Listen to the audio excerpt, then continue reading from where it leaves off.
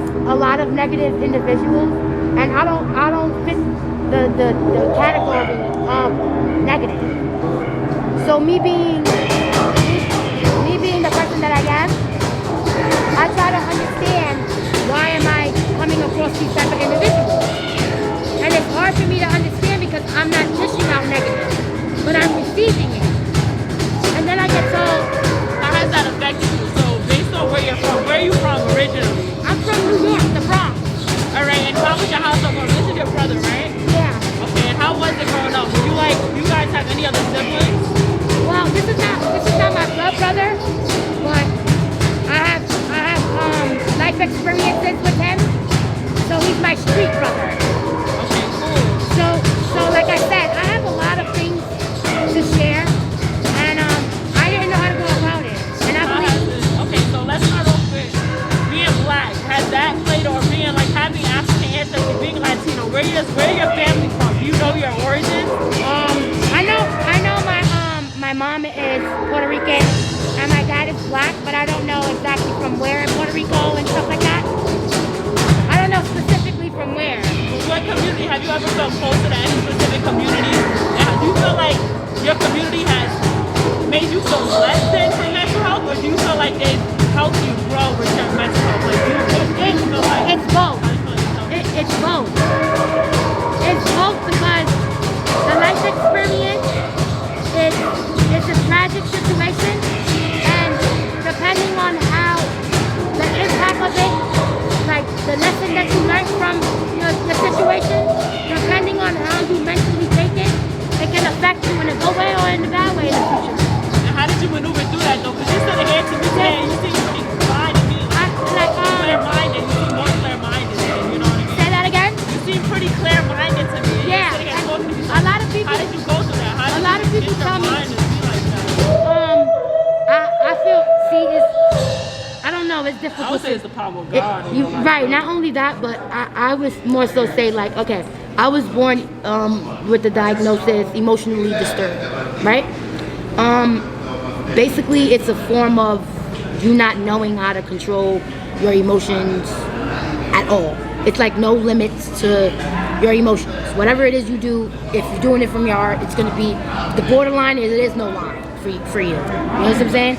So it's like being born with that. It was difficult due to the fact that I didn't know how to feel. Like it was like if I'm happy, I'm overly happy, and I can't be overly happy because now he's nervous because why is she acting like that? Oh my gosh, she's too happy for me. You understand what I'm saying? It's not normal to another individual. But what a lot of people don't understand is when the Most High has his children born with these type of diagnoses, like for example, no diagnosis is not a word, but I made it up because it makes me feel comfortable as I share whatever it is I'm trying to share. So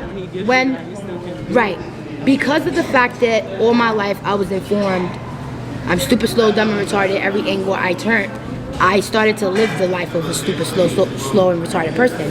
And that was meaning I was in special ed classes with children that was more mental, that had a more mental diagnosis than me, as far as wheelchairs, couldn't eat on their own and stuff like that. You were capable, but they were trying to act like... Right, I was that, I fit that, right. So having to live in those type of environments and experiencing all these type of different things that I knew I didn't fit the description of, but my mom had authority over me, so she was able to say yes or no for me to be in these places. I was, to her, I was a bad kid because my behavior was outrageous. I was disrespectful out the mouth, and she wasn't really understanding me as her child because she heard mental illness, it's over. No parent wants to hear that their child has an illness.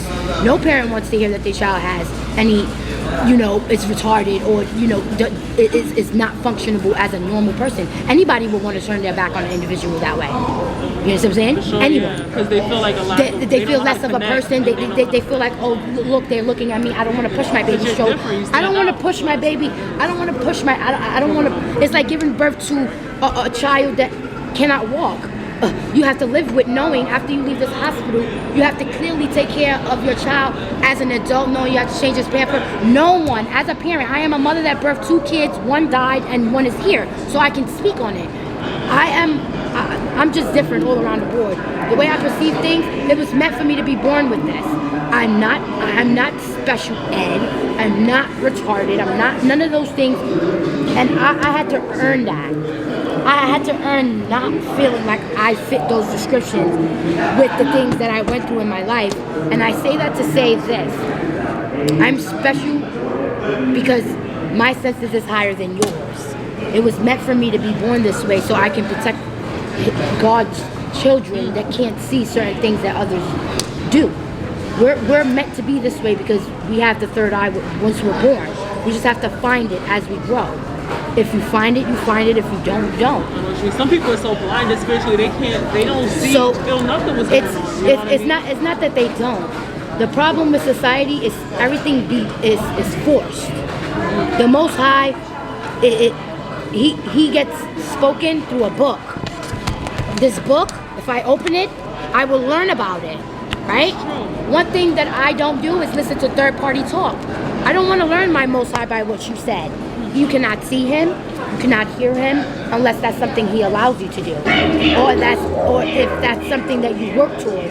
But other than that, when you read this book, you get in your own definition of him. I don't want that. His life experiences he put me through taught me who he was and who he is, and he is real. Like it's like an invisible person that you're trying to speak to that you can never see or hear, and then that one day, boom, you can hear them. Now you're crazy. And in all reality, it's not that you're crazy.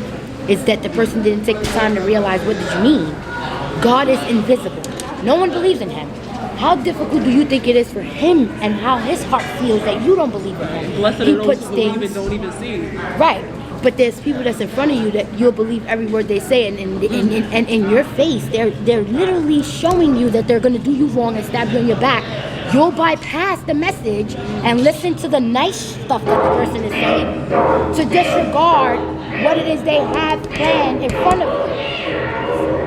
And when it all said and done, you knew it, they do it, and they show you, and now you want to fight, you want to get back at them, but you set yourself up for that. You can't be mad. When you're a child of God, you accept stuff like that. Like me, I was so them. I've been stabbed in my back. I'm 29, all my life. I've never did nothing really tragic or nothing really bad or nothing really, out the world to end up locked up and go to jail, killing anybody. I never in my life. And I'm born with an issue that it's uncontrollable. Medications can't help it. Nothing. I just want to be loved appropriately, understood, and not placed in a category because of something I was born with that I outgrew. So it's more so like I had episodes feeling like I wanted to kill myself, feeling like I wanted to harm others, feeling like, and how I get through it is just, just being me. My nickname is Smiley. I make everybody smile. I'm the individual. I'm the girl that walk around with her boombox, any different kind of speaker you'll see me with, and I'm listening to music. Some people like my music, some people don't.